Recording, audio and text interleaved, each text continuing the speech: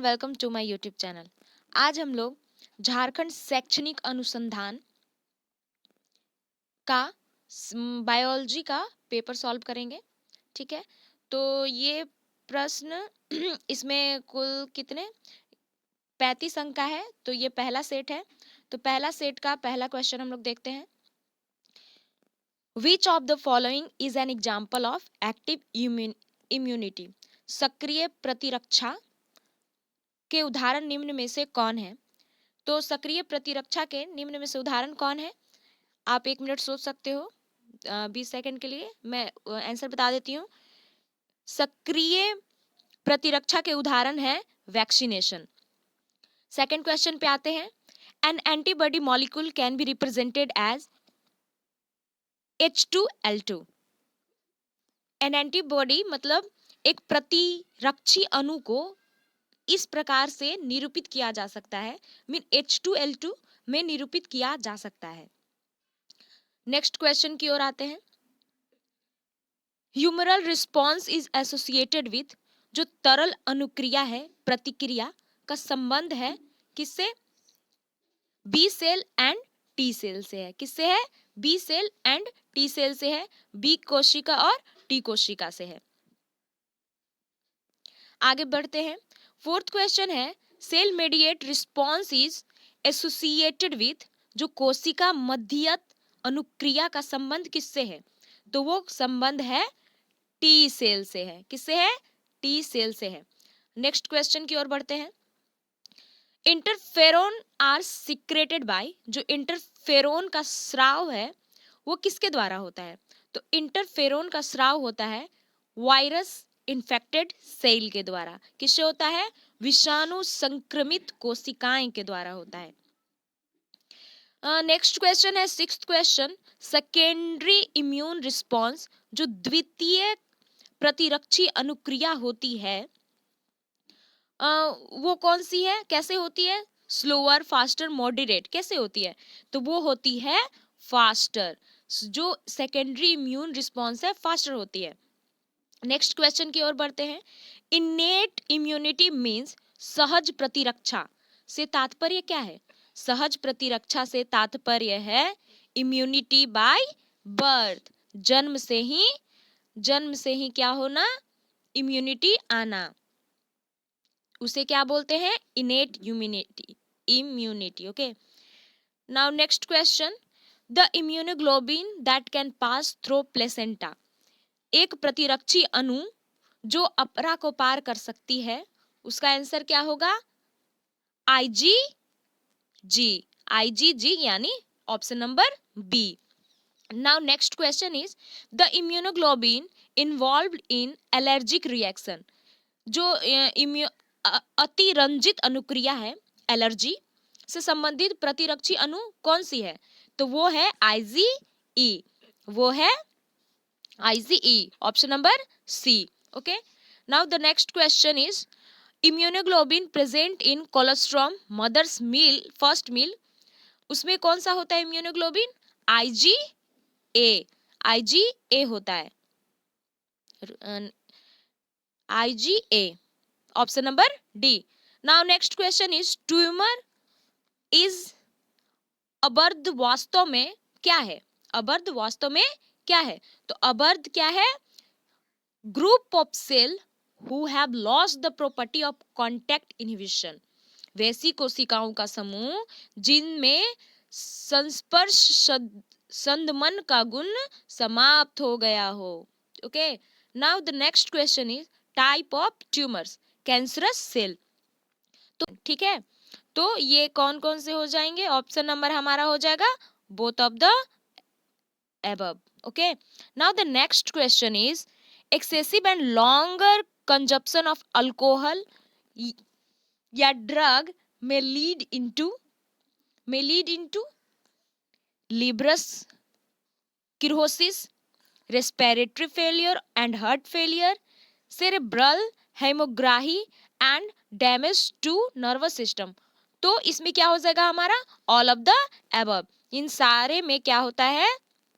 ये सारे अल्कोहल और ड्रग लीड करते हैं। Okay, now the next question is ELISA is based on the principle of what?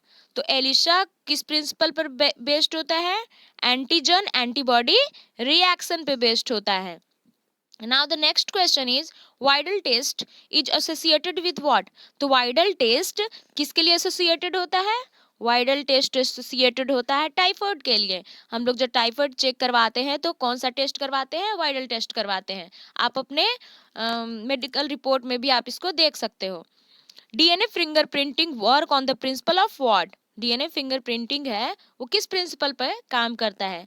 तो वो डीएनए पॉलीमॉर्फिज्म के प्रिंसिपल पे काम करता है। Now the next question is the term codon is associated with what? तो टर्म कोडोन एमआरएनए जो mRNA है वो कोडोन करता है और टीआरएनए क्या करता है? ट्रांसफर करता है। Now the next question is initiation codon AUG code for which of the following amino acid? जो AUG है वो उसको क्या बोलते हैं हम लोग? यहाँ से एक नंबर का ये भी क्वेश्चन बन सकता है कि इनिशिएशन कोडोन कौन सा है। तो आपको याद रहना चाहिए कि इनिशिएशन कोडोन है AUG।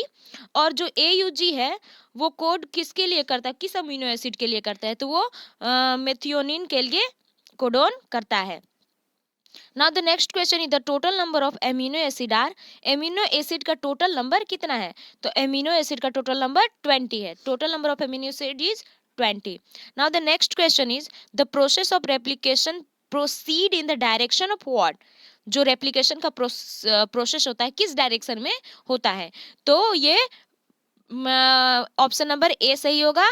51231 कोडोन में ये रेप्लिकेशन करता है। Now the next question is synthesis of DNA molecule from RNA molecule is termed at what? जो सिंथेसिस होता है डीएनए मॉलिक्यूल का आरएनए मॉलिक्यूल से उसको क्या बोलते हैं? Reverse transcription. क्या बोलते हैं? रिवर्स ट्रांसक्रिप्शन बोलते हैं। आपको आई होप ट्रांसक्रिप्शन ट्रांसलेशन और रेप्लिकेशन इस कंसेप्ट को अच्छे से पता होना चाहिए। Now the next question is in which phase of interphase the process of DNA replication take place? किस इंटरफेज के प्रोसेस में डीएनए रेप्लिकेशन होता है? तो वो एस फेज में होता है। सबसे पहला चरण होता है एस फेज। एस फेज में वो ट्रांसफर डीएनए रेप्लिकेशन स्टार्ट होते हैं। ठीक है। Now the next question is the phenomenon of incomplete dominance is observed in? अपूर्ण प्रभाविता का उदाहरण निम्न में से किस में देखने को मिलता है?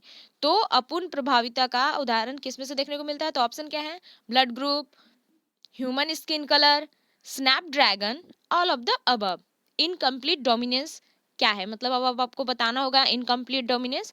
तो आई होप आप यहाँ देख सकते हो इन सभी में इनकम्प्लीट डोमिनेंस का फिनोमिनन ऑब्जर्व करने को हमें मिलता है। Now the next question is pneumatic phenotypic ratio of A dihybrid cross. Phenotypic ratio क्या होता है डाईहाइब्रिड क्रॉस का? तो वो होता है फिनोटाइपिक। आप देख सकते हो फिनोटाइपिक रेशियो इतना है। एनसीईआरटी में भी अवेलेबल है, आप उसे अच्छे से रीड कर सकते हो। Now the next question is which of the following represent a T cross? T cross represent कौन सा करता है? तो टी क्रॉस रिप्रेजेंट करता है option number D. Option number D represent करता है। ठीक है। टी यानी जो जब बिगर टी दिखे, कैपिटल लेटर में टी दिखे तो वो डोमिनेंस करता है, जो स्मॉल टी होगा वो रिसेसिव होता है। Okay. Now the next question is pleiotropism एक ऐसी परिघटना है जिसमें क्या होता है? एक जीन दूसरे जीन एक जीन एक गुण को नियंत्रित करता है। One gene control one character. Option B many gene control a single character.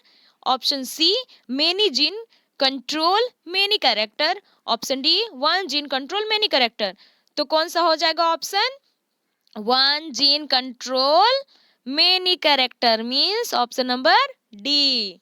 Now the next question is which of the following are genetic material? इनमें से कौन सा हमारा जेनेटिक मटेरियल है? तो कौन सा genetic material? I hope you are getting it.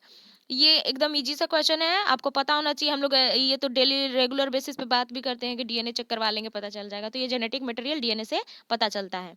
Now the next question is which of the following Mendelian principle is also known as purity of gametes.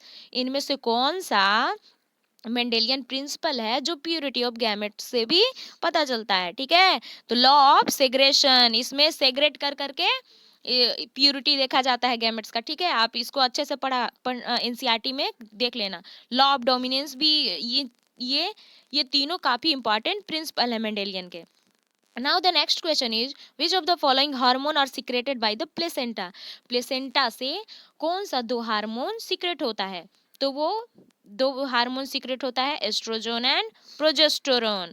ठीक है, एस्ट्रोजन और प्रोजेस्टेरोन सीक्रेट होता है। Now the next question is double helix model of DNA was given by. जो double helix model था DNA का, वो किनके द्वारा दिया गया था? तो वो दिया गया था वॉटसन एंड क्रिक के द्वारा। आपको तो पता होगा, आपने पढ़ा होगा, वॉटसन एंड क्रिक के द्वारा दिया गया था। ये काफी इंपॉर्टेंट नेम है, आपको याद होना चाहिए। Now the next question is infective stage of malarial parasite is. जो इन्फेक्टिव स्टेज होता है मलेरियल पैरासाइट का, वो क्या है? स्प्रोजोइट, स्प्रोजोइट। ओके, वो क्या है? Sporozoite. Okay, now the next question is the sexual stage of malarial parasite is completed in. कौन से, कहाँ होता है वो? जो मलेरियल पैरासाइट होता है उसका जो सेक्सुअल स्टेज होता है कहाँ कंप्लीट होता है? तो वो हमारे बॉडी में आकर कंप्लीट होता है। जब वो हमारे बॉडी में एंटर कर लेता है, ठीक है, तो हमारे ब्लड्स में वो ये स्टेज कंप्लीट करता है। Any substance that can cause cancer, any substance जो कैंसर काउज करता है उसको क्या बोलते हैं? कार्सिनोजेन। क्या बोलते हैं? कार्सिनोजेन, कैंसरजन। Okay, now the next question is which of the following is not a water pollinated plant। कौन सा है जो वाटर पॉलिनेटेड प्लांट, कौन सा है जो वाटर पॉलिनेटेड प्लांट नहीं है? तो आप ऐसे भी देख सकते हो कि वाटर लिली, वाटर लिली तो जनरली हमारे पॉन्ड वॉन्ड में लगाया ही जाता है, और वो ऊपर जो नॉन स्टिकी पॉलन ग्रेन है वो किसका कैरेक्टरिस्टिक्स है? ठीक है, तो एयर पॉलिनेटेड फ्लावर का है ये character. Now the question is over here. Hope you like this, and if you have any doubt you can comment in the inbox. Okay, thank you.